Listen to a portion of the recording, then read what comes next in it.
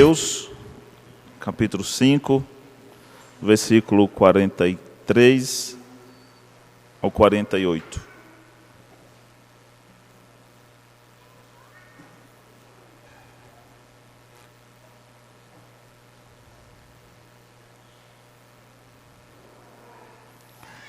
Leamos. Ouvistes que foi dito: amarás o teu próximo e odiarás o teu inimigo.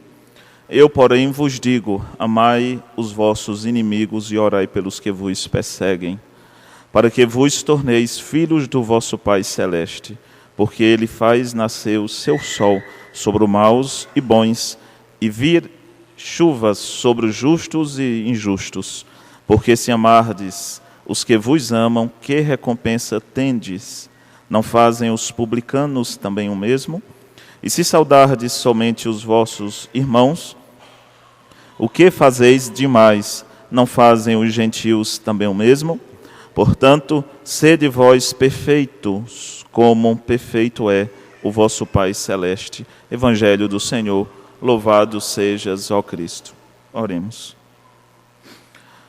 Senhor, nós te damos graças, ó Pai, pela tua sabedoria, pela tua palavra, pela oportunidade de poder pensar a nossa vida, o nosso dia a dia, a nossa vida prática, a partir da tua palavra.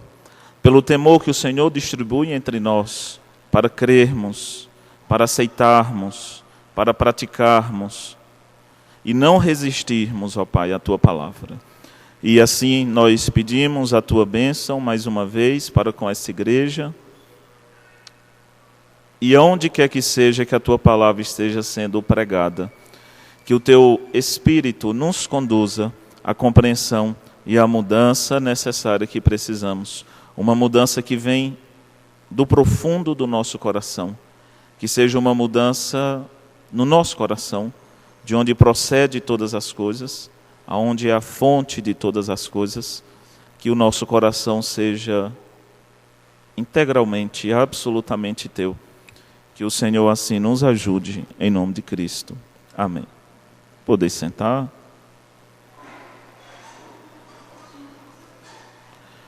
Meus irmãos, o que eu irei falar essa manhã, creio o que temos falado, não é para qualquer um.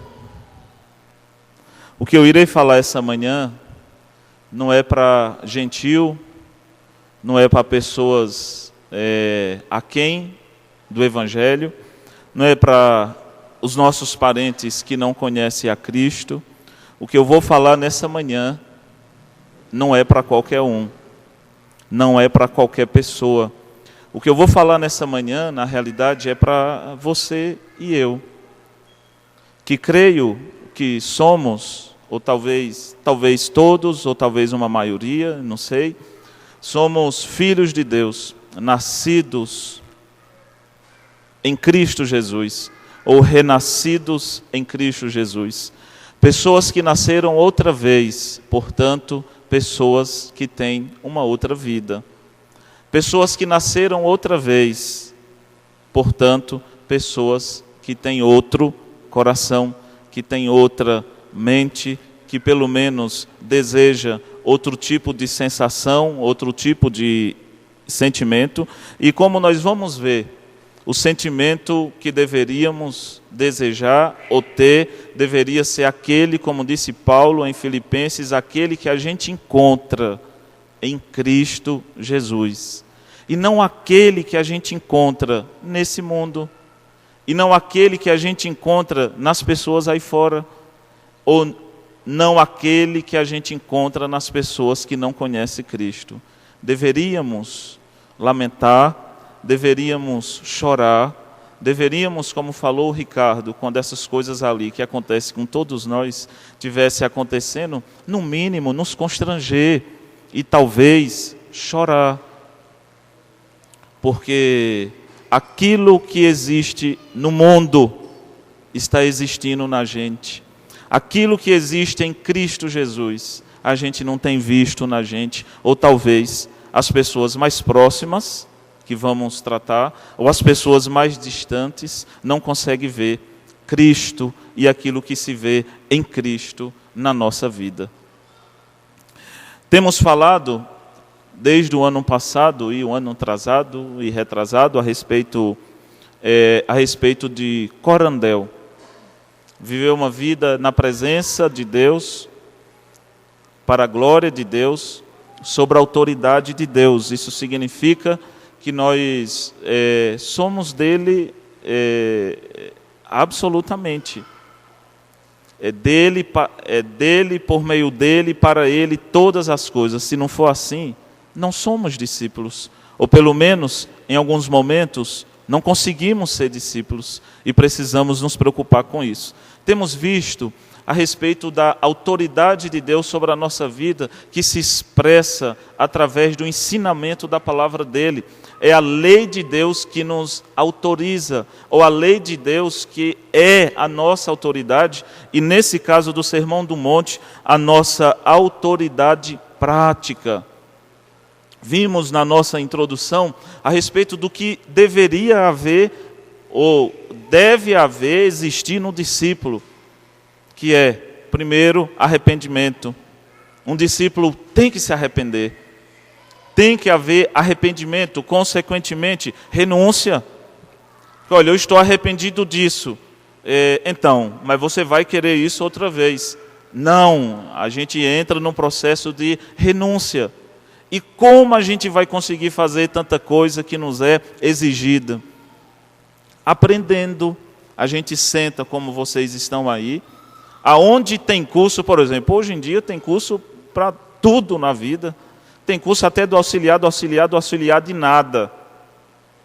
E no nosso meio, e aí no mundo, e em todas as igrejas, a gente costuma ver pessoas o tempo inteiro buscando tudo quanto é curso. Por exemplo, pela graça de Deus, nós oferecemos aqui nessa igreja tudo quanto é curso na área da teologia. E a gente, infelizmente, não vê tanta procura como o povo dessa igreja, não só dessa igreja, mas das igrejas, da Igreja de Deus, tanta procura como tem para um curso de auxiliar, um curso de informática, um curso de direito, e qualquer um. Cadê aquele interesse que a gente precisava ter quando o assunto é a palavra de Deus? O crescimento no nosso caráter cristão, porque é a única coisa que vai conosco até o fim. Os céus, a terra e todas as coisas daqui, tudo isso vai passar. A palavra de Deus não, e aqueles que fazem a vontade de Deus, ou seja, que vive essa palavra, também não passa. E a gente vê isso nitidamente do ponto de vista da qualidade de vida de quem vive uma vida corandel. Uma vida dirigida através da palavra de Deus.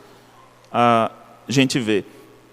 Então, no nosso texto, mais uma vez, Cristo pega pesado, né? Ouvistes o que foi dito. O que foi dito? Amarás o teu próximo, em primeiro lugar. Foi isso que foi dito. Também foi dito.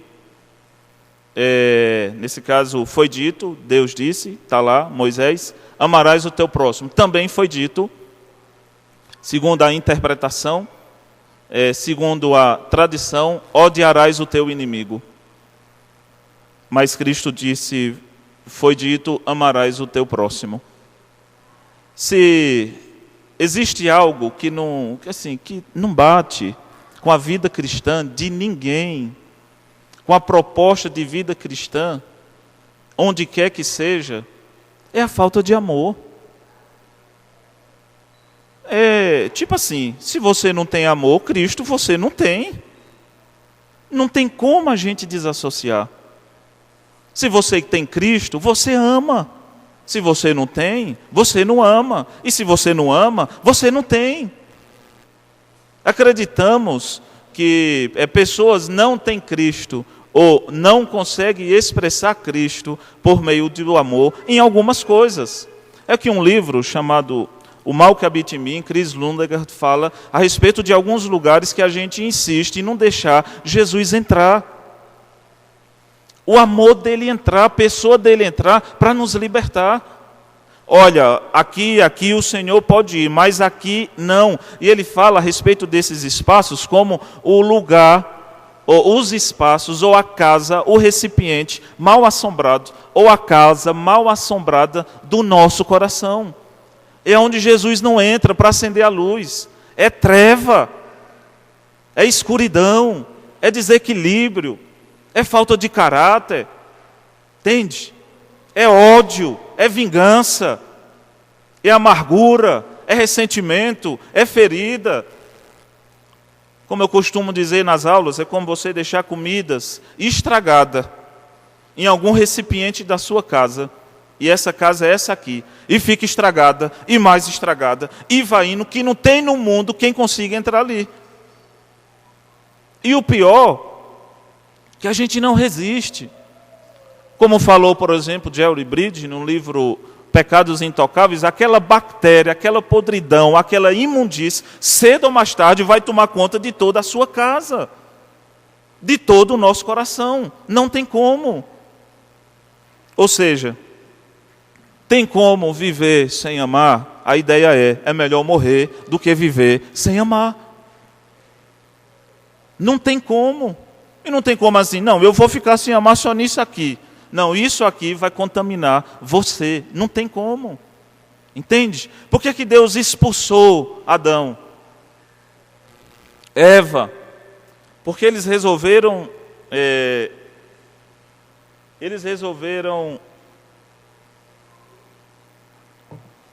só num pontinho não amar a Deus. Eles se tornaram pessoas imperfeitas e incapazes de estarem diante de Deus. Simples assim. Então, o texto de Levítico 19 e 18 diz: não te vingarás, nem guardarás ira contra os filhos do teu povo, mas amarás o teu próximo como a ti mesmo. Sim, você não pode vingar, era assim, não se vingue do seu povo, ou seja, não se vingue da sua família, não se vingue do seu irmão. Pelo contrário, ame o seu irmão, o seu próximo. Por quê? Porque Deus está falando. Quando Moisés foi para Faraó, o que é que eu vou dizer para Faraó? Vai dizer assim, Moisés, tipo assim, eu sou, me enviou, eu sou, falou. Deus falou, por isso que a gente tem que fazer. Por isso que a gente tem que amar. E não desperdiçar, como a gente vai ver, oportunidade que, assim, o acaso nos concede, né? Tipo assim, a coisa está meio assim, meio assado. Aí o acaso aconteceu, como a gente brinca aí, que um filho de Nossa Senhora apareceu, e do meu meio, e da minha família, e fez isso. Foi o acaso. Por isso que eu agi desse jeito. Não, Deus, no controle de tudo, na soberania de tudo, providenciou essa bênção. Sabe? Aí por que essa bênção? Porque você precisa. Porque a gente precisa. Quando Deus vem e diz, amarás o teu próximo, é porque espontaneamente não amarás o teu próximo. Quando Deus disse, ame o seu próximo, é porque a gente naturalmente não faz isso. Olha, não precisa você fazer nada. Não precisa você esquematizar assim. Olha, eu vou esquematizar uma maneira de odiar o meu próximo. Não, não precisa. Isso acontece naturalmente. Por isso que é uma luta contra a minha pessoa. Para essa característica e velha criatura, essa carne, não se desenvolver de maneira mais forte do que a nova natureza em Cristo que acontece em mim, que se desenvolve em mim. Ou eu luto, é a ideia lá de Caim, sabe? Quando Deus aparece e diz, Caim, luta, o pecado está aí, cabe você dominar. É isso, é a nossa natureza. Então Deus estava dizendo, Caim, esse monstro, Caim, que não é esses filmes de terror que tem por aí, que não é as pessoas que você mais tem medo, Caim. Esse monstro que vai destruir você, Caim, é você, Caim. Quem vai acabar com a sua vida, Caim, é você, Caim. Quem vai destruir você é você. Quem vai me destruir sou eu mesmo. Ou eu luto contra essa natureza, para essa natureza morrer, ou essa natureza vai tirar a minha vida, e infelizmente de muita gente. Isso acontece assim. Essa natureza vai tirando a vida dos mais muito próximos, os mais ou menos próximos, os poucos distantes, e até o mundo. Como disse Cristo, se não fosse a gente, o que seria desse mundo? É uma ideia, e aqui eu coloco, sempre falo num corandel, e lá no ambiente corandel, no ambiente da família teocrática, no ambiente de convivência aqui, no ambiente que a gente sai para comer alguma coisa, em qualquer um, você escolhe duas coisitas, e para mim a bíblica só é uma. A outra é uma questão assim, que a liderança resolve, a gente vai lá e resolve. Não é assim. O que estão falando comigo? Contra mim. E a gente quer uma tendência simplesmente, parece que extraordinária. O extraordinário já se tornou ordinário. Da gente se vitimizar o tempo inteiro. Ah, eu sou um coitadinho. Ah, eu sou uma coitadinha. Sabe? E a gente começa a discursar a partir do mal que fizeram comigo. E quando pensar que não, a gente toma partido e pega a arma e começa a atirar em quem fez alguma coisa comigo ou com alguém. E assim, isso não existe aqui não. A prioridade não é isso não. Isso daí vem depois disso. Como diz a brincadeira, né? Por causa disso, tome isso. Então, como é que se vê? É assim, por que você não suportou? Porque quando Cristo trajado, ele não saiu criticando e condenando ninguém, não. O que acontece é que a gente precisa ensinar as pessoas a resistir. E como Cristo resistiu até onde? Até a morte. Ou no contexto das nossas relações, resista. Enquanto você tiver disposição, resista. E não use da disposição que você tem para atacar. Resista. E é isso que a gente deveria fazer. Aí depois, a gente vai procurar resolver isso. Agora, atacar em primeiro lugar, e se meu discurso tiver isso daí, não é um discurso segundo isso aqui. Não é um discurso segundo o Evangelho. De maneira nenhuma. Primeiro, se refere ao próximo. Isso significa o mínimo que podemos fazer é amar o próximo. Tendo como referência a gente mesmo. Tendo como referência lá o Antigo Testamento, a lei, o que se ensinava, ame o próximo como você mesmo. Então, o mínimo que a gente tem que fazer é amar. Primeiro, o nosso cônjuge. Não, isso é o mínimo, mas assim, mínimo. O filho, o mínimo.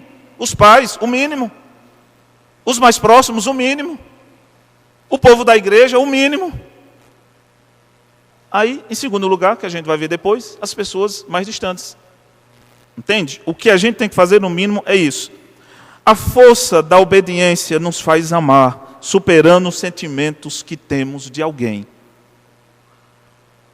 É pela obediência, pela fé, crendo, acreditando e praticando isso aqui, e por causa disso, que a gente ama. É por uma questão de obediência. E essa obediência é tão forte e firme na gente, que a gente vai e faz. Se a gente for pensar isso daí a partir de um sentimento que cresceu dentro da gente, a partir de um sentimento que nos mata, e como é que mata esse sentimento? Obedecendo a Deus. A partir desse sentimento, se a gente faz, a gente não obedece. A força que Deus nos concede para superar qualquer sentimento é o fato dele ter chegado para a gente nos encontrado, se aproximado de maneira íntima e ter dito lá na profundeza do nosso coração: ei, eu quero que você faça algo. É como um presidente, e nessa era, infelizmente, de muito ódio com relação às autoridades, eu acho por isso que o mundo está cada vez mais desse jeito. Por isso que o nosso país está cada vez mais desse jeito, cada um agredindo um presidente, agredindo uma liderança, aí entra para a igreja, agredindo um pastor, agredindo outro. Por isso que o pessoal está muito bem das pernas. Né, Altair, que nem disse o José Vitor. Então, o que acontece é que Deus chega uma pessoa bem importante, uma pessoa que a gente gosta muito, uma pessoa famosa, e do ponto de vista popular, celebridade. Chega e diz: olha, eu queria pedir algo para você, você faz. O que nos envolve de sentimento, de constrangimento, pelo fato de uma celebridade, alguém muito grande, distante, que não tem nada a ver comigo, no que diz respeito ao meu estilo de vida, à minha vida, tudo, chega para mim e diz: olha, eu quero te pedir algo, eu quero te ensinar algo, eu quero te direcionar em algo. A gente constrangido diz: peça tudo o que o Senhor quiser, e eu farei. E num discurso a gente diz: eu darei até a minha própria vida. Ou como os reis falavam: peça até metade do meu reino.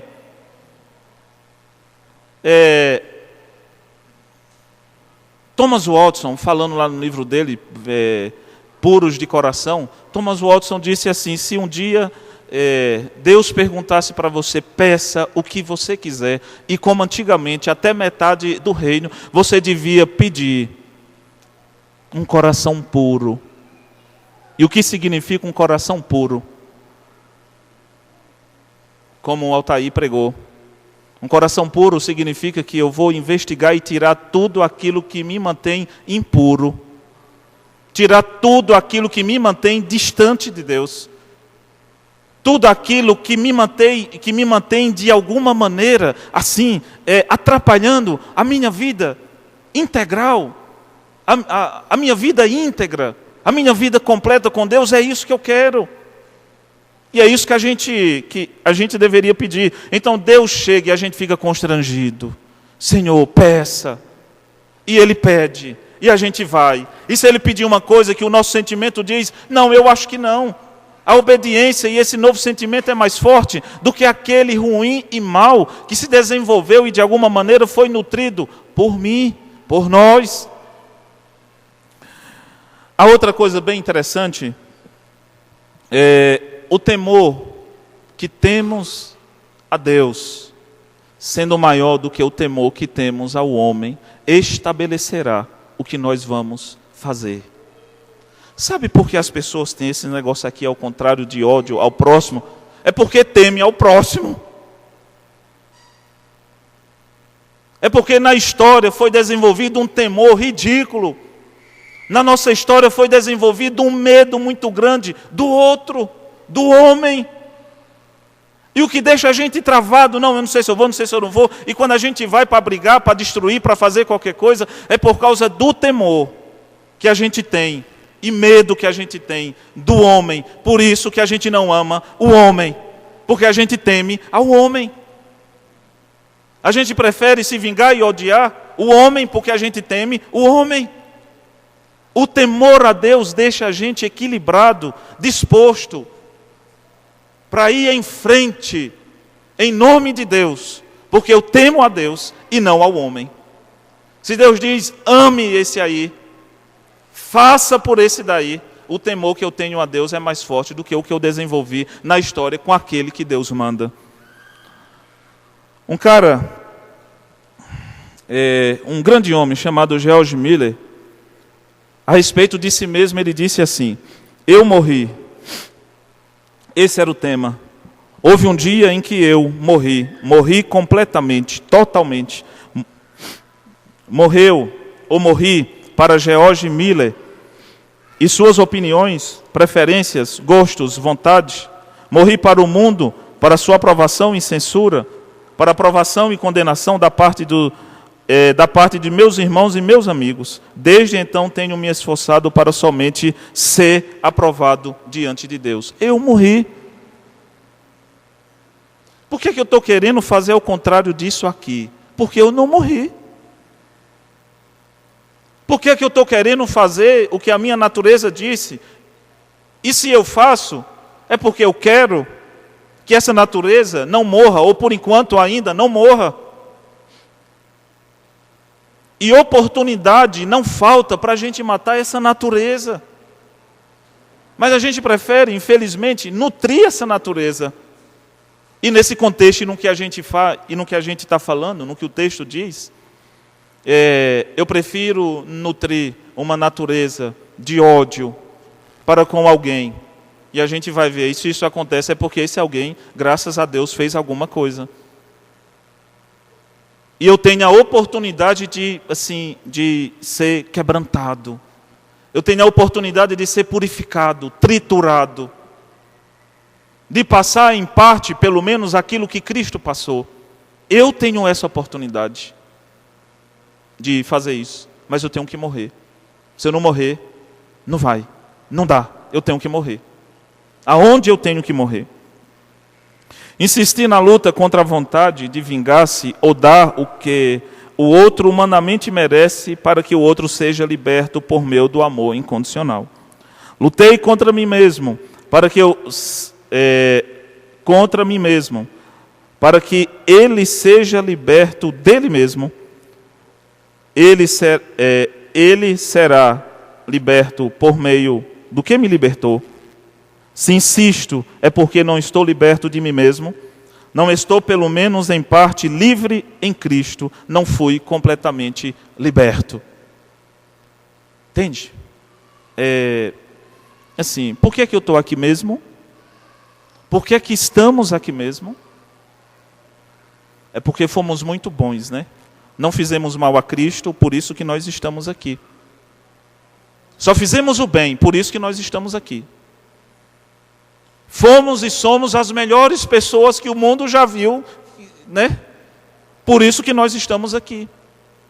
Cristo foi ao nosso encontro porque a gente era uma pessoa boazinha. Cristo morreu por a gente porque a gente tinha uma vida assim, exemplar. O que foi que nos libertou? O constrangimento e a atitude, independente da minha atitude, ou independentemente da minha atitude para com ele, para com o meu próximo, ele me libertou. E seria assim, Deus dizendo para a gente, você está completamente preso a você mesmo e aos outros.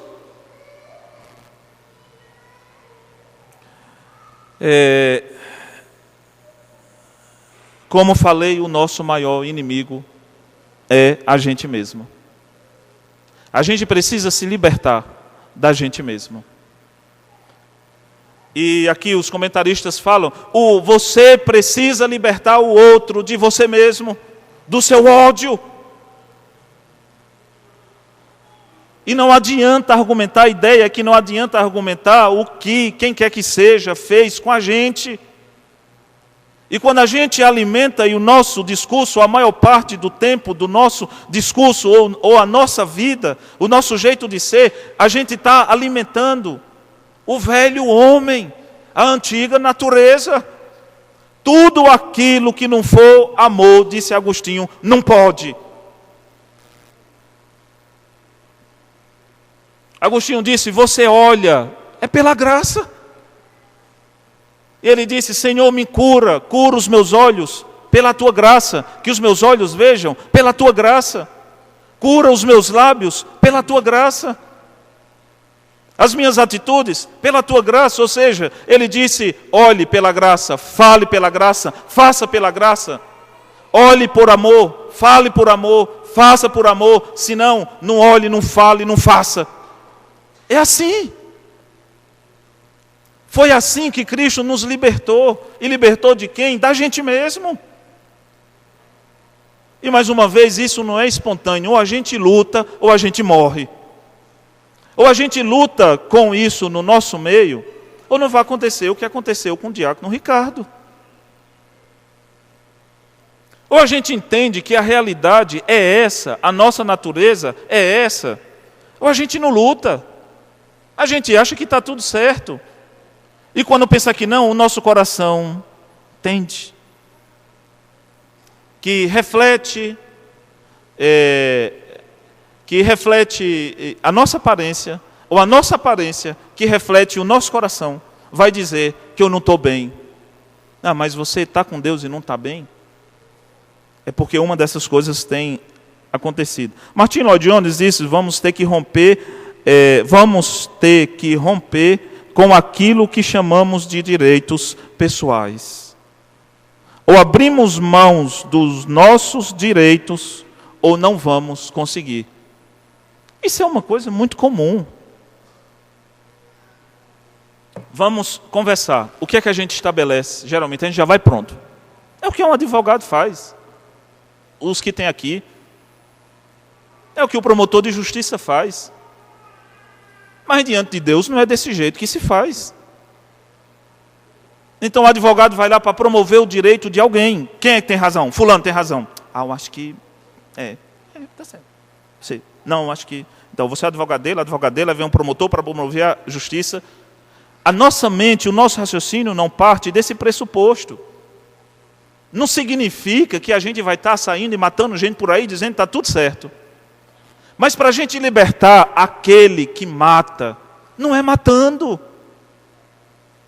Para a gente libertar o outro do mal que acontece nele, não é praticando o mal como ele pratica, porque se eu praticar o mal que a pessoa próxima pratica comigo, eu já fui influenciado, contaminado, conquistado, escravizado com o mal que se desenvolveu no outro.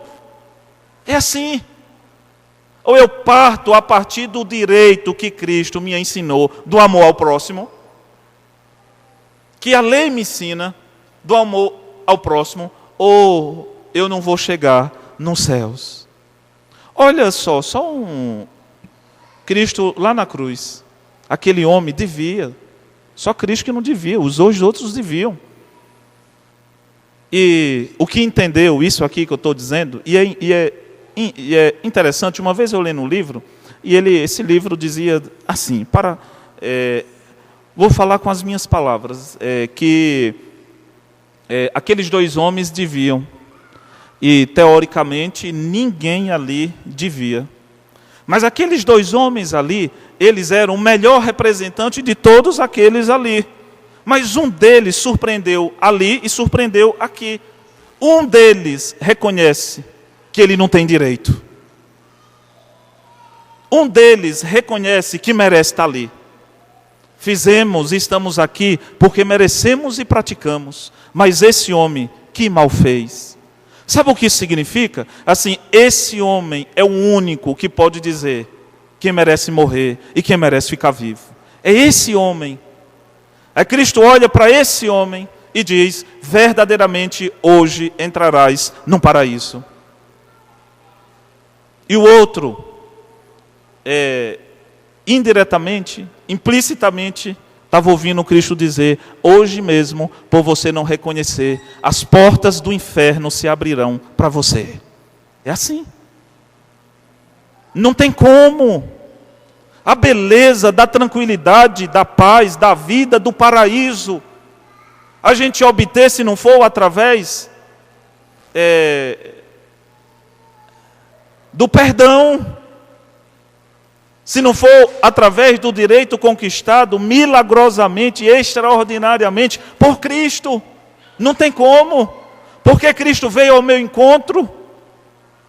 É porque Ele veio. É porque Ele escolheu. É porque Ele decidiu.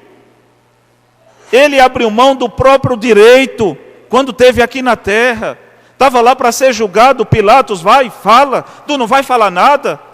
Não vê o que te espera. E Ele lá, lindo, belo, com semblante invejável, como se não tivesse acontecido nada. Não porque ele estava bem, mas do ponto de vista da resistência. Eu quero isso daqui, embora que estou só o caco.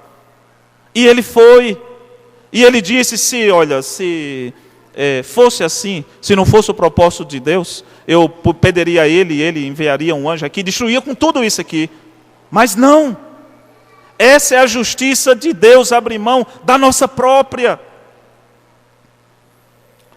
Abrir mão daquilo que a gente acha que a gente merece, que tem direito. E isso, um cristão, assim, não é que ele é exatamente e absolutamente. Um cristão luta contra essas coisas que lutam dentro dele. Oportunidade que nós temos, primeiramente, de amar as pessoas mais próximas. Sabe? Como é que a gente tem essa oportunidade? Como eu falei no início, quanto mais você resiste, quanto mais você, a Bíblia diz assim, quem ficarão nessa terra são os pacificadores e não os briguentos, os vingadores, sabe? Não, os vingadores da Marvel não são aqueles ali não. Os vingadores e justiceiro da Warner não são aqueles ali não. Como eu insisto em falar para os filhos, já que eles passam o tempo inteiro vendo esse povo aí, quem é herói? Quem é herói? Como dizia minha mãe, por Jesus de Nazaré, quem é herói? Seus pais são os heróis. Quem é que enfrenta as coisas? A família, e não aquilo ali, fruto da imaginação, revolta e ilusão desse povo aí fora. Que a coisa mais difícil do mundo é você pegar esses super-heróis aí. A coisa mais difícil do mundo é conseguir pegar alguém que criou isso daí, que tem uma vida equilibrada e uma família equilibrada. Não existe. Não existe. O Disney lá, os desenhos que eles produzem, é fruto de uma desestrutura familiar que ele teve na história dele. Entende? Então, não existe ambiente mais fértil para o amor crescer assim, forte e com consistência do que a nossa casa. Se a gente não conseguir sair da nossa casa amando, nunca a gente deveria sair. Se a gente não conseguir sair da nossa casa se sacrificando, a gente não podia sair.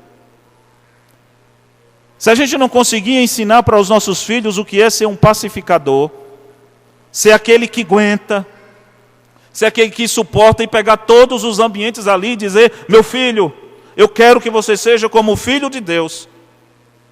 Senão futuramente ele vai olhar para o Filho de Deus e vai olhar para o que eu fiz e para o que eu ensinei e vai dizer, isso não bate. Isso não tem a ver com o que eu vivi e vi o povo da minha casa vivendo. Filho, isso aqui você pratica, você leva, e esse negócio que eu insisto, sabe? Às vezes eu fico meio com medo dessas coisas, mas assim, é porque eu ainda não consegui ver diferente.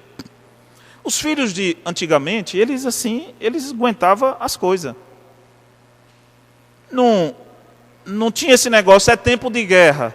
Pronto, é tempo de guerra, então vamos mandar o nosso filhote, como o filhote Marcelo ali, né? Marcelo, filhote. Vamos mandar o nosso filhote ou o nosso filho para onde tem paz. Sendo que ele mora no Oriente Médio. Como é que vai ter paz? Ou esse menino aprende a viver em guerra, esse menino vai tirar a vida, não tem como. Os tempos que a gente vive, meus irmãos, o mundo diz que não é não, mas é só você olhar. É tempo de guerra, é fim de tempo, é uma era difícil. É uma era que tudo que existe aí, o que é oferecido aí, é para afastar a gente de Deus e do nosso próximo. Então não espere boa coisa não. Então isso significa que as consequências, o resultado, isso significa que a realidade vai bater na minha casa. E eu tenho que enfrentar isso sendo um pacificador. E eu tenho que ensinar os meus filhos a suportar isso daí como um pacificador. Como alguém que ama o seu próximo, e ele vai ter a oportunidade de amar a próxima dele, ou o próximo dele, que é o irmão dele. Ele vai ter a oportunidade, e aí a irmã tem que pecar, tem que errar, senão como é que ama? Tem que errar mesmo. Então a irmã vai errar, o irmão vai errar, e esse filho, seja o que Cristo foi, e por isso que nós estamos aqui, seja um pacificador. A mãe vai errar. Filho, como é que a gente faz? Como é que a gente suporta? O pai vai errar. Filho, é assim que funciona. E principalmente os filhos vão ver o que os pais fazem uns com os outros, quando uns os outros erram. Sabe, aquele negócio de, rapaz, fulano de tal, eu confiava tanto nele. Ele era tanto meu amigo, tal e coisa. E assim, o que mais me doeu e dói até hoje, ele vai contando e a gente chorando também, mas diga. E chorando, e chora. E quando pensar que não, a gente está junto lá, e depressivo com ele, e não sei o que com ele. Fulano, meu melhor amigo, pessoa que eu tanto ajudei, que tanto confiava, que tanto não sei o quê. E ele me deixou, e fica por isso mesmo. Em vez de a gente fazer exatamente o contrário. Ele fez tanto por você, pronto, você está tendo a oportunidade de fazer tanto por ele. Porque como disse Cristo, muito melhor é você tanto por ele, do que tanto dele por você. Muito melhor é dar do que receber. É a oportunidade e ambiente que a gente tem na nossa casa, na igreja. E pode ser quem quer que seja. Para a gente dizer o que é que nos une, o amor. Por que a gente casou? Por amor. Por que a gente teve filho? Por amor. Por que a gente está nessa casa, nessa terra? Por amor. Por que a gente está com os irmãos aqui? Por amor. Por que a gente prega? Por amor. E a partir disso a gente pensa e enfrenta qualquer coisa. É a oportunidade que a gente tem de dizer uns para os outros, que não importa o que um e o outro faça, a gente sempre vai estar junto. E quanto mais a gente perdoa, mais junto a gente fica. Quanto mais a gente suporta, mais junto a gente fica. Mais constrangido a gente fica. Senão a gente vai estar pregando o contrário. Que esse negócio de amor incondicional é falido. Isso não quebranta ninguém mais não. Jesus, não, isso era coisa do passado, agora a gente resolve do nosso jeito, e não só do nosso jeito, do jeito que esse mundo diz que se resolve as coisas. E o mundo cada vez mais aquém de Deus, o mundo cada vez mais assim, o oposto de Deus, o Evangelho, felizmente, é assim. E primeiramente, por isso que eu pastorei vocês. É por isso. Não é por causa, primeiramente, de vocês. É por causa desse amor. Que esses pastores estão aqui. Por causa desse amor que eu aconselho pessoas e gasto o dia inteiro. Que eu visito pessoas. E eu gasto tempo com essas pessoas, gasto dinheiro com essas pessoas. E muitas dessas pessoas falam mal de mim. E muitas dessas pessoas não conseguem oferecer aquilo que eu insistentemente ofereci por elas, a vida delas, pela minha vida, como a minha vida foi oferecida pela vida delas. Mas por que é que eu faço isso? Por que é que eu insisto nisso e a gente deve insistir nisso? Porque Jesus Cristo veio e disse, um novo mandamento vos dou. Ele passa a ser a referência e diz como é que a gente enxerga e deve viver essas coisas. É por causa dele. E o negócio vai se estreitar mais ainda, vai complicar mais ainda, porque agora o argumento é voltado para as pessoas que fizeram mal para a gente. O argumento agora é voltado para as pessoas que feriram a gente, que bateram na gente, que fizeram a gente sangrar. Para pessoas que sequelaram a gente, como tipo violência na infância, agressividade, esse tipo de coisa.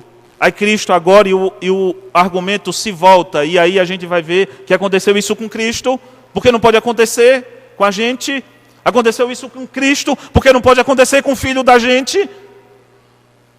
Aí a gente vai ver e vai parar e vai pensar, olha, eu tenho que no mínimo resolver isso na minha cabeça. Cristo daqui para frente passa a apertar mais um negócio, agora ele vem como referência, só ele mesmo, como referência, para dizer, é assim que tem que ser. E a consequência disso, a gente vai ver, a consequência de um e a consequência do outro. A consequência de amar e a consequência de odiar. A consequência primeiramente no nosso coração, depois entre as pessoas mais próximas, depois entre as pessoas mais distantes. Qual é a consequência disso? E a gente vai ver qual foi a consequência de Cristo ter apanhado até morrer. Está aqui. E essa outra parte a gente vai ver a semana que vem. Oremos. Nosso Deus, nosso Pai, nós reconhecemos a nossa incapacidade diante de Ti. Nós reconhecemos a nossa pequenez diante de algo tão grande, que é o Evangelho e a proposta de vida do Evangelho para a nossa vida. Por isso, Senhor, nós pedimos que o Senhor tenha misericórdia de todos nós. Que nós possamos suportar o cônjuge, suportar os nossos filhos, suportar os nossos pais, suportar os nossos amigos e os nossos irmãos, suportar os mais distantes e comunicar aquele amor, comunicar aquele poder que vem de Ti, que liberta. É a contradição exposta, é a contradição nesse mundo, é o incompreensível, o inviável, segundo a nossa própria humanidade. Mas nós acreditamos nisso, Senhor, apesar de ser quem somos, apesar de fazer o que fazemos. Pedimos que o Senhor tome o Teu servo, tome aqui os Teus servos e constrange, haja, quebrante o coração de todos aqui e o coração daqueles que podemos levar essa mensagem, pois só dessa maneira esse mundo, ou pelo menos o mundo em que a gente vive, pode assim melhorar, pode ter paz, pode experimentar a parte permitida pelo Senhor desse paraíso aqui, de uma vida próspera. Que o Senhor nos liberte de todo o ódio que temos com relação às pessoas mais próximas. Que o Senhor nos liberte de todo o ressentimento, de toda a ferida das pessoas que estavam conosco, mas parecia que não queria estar conosco. De pessoas que se perderam com a proposta de vida do inimigo desse mundo, de Satanás e do próprio coração. Que o Senhor possa nos libertar da escravidão disso e libertar essas pessoas da escravidão do mal que elas têm. Que o Senhor assim nos ajude e o Teu Espírito esteja consolando todos aqui, pois essa maneira de viver, Senhor, é a melhor maneira que existe, para a Tua honra e Tua glória, em nome de Cristo. Amém.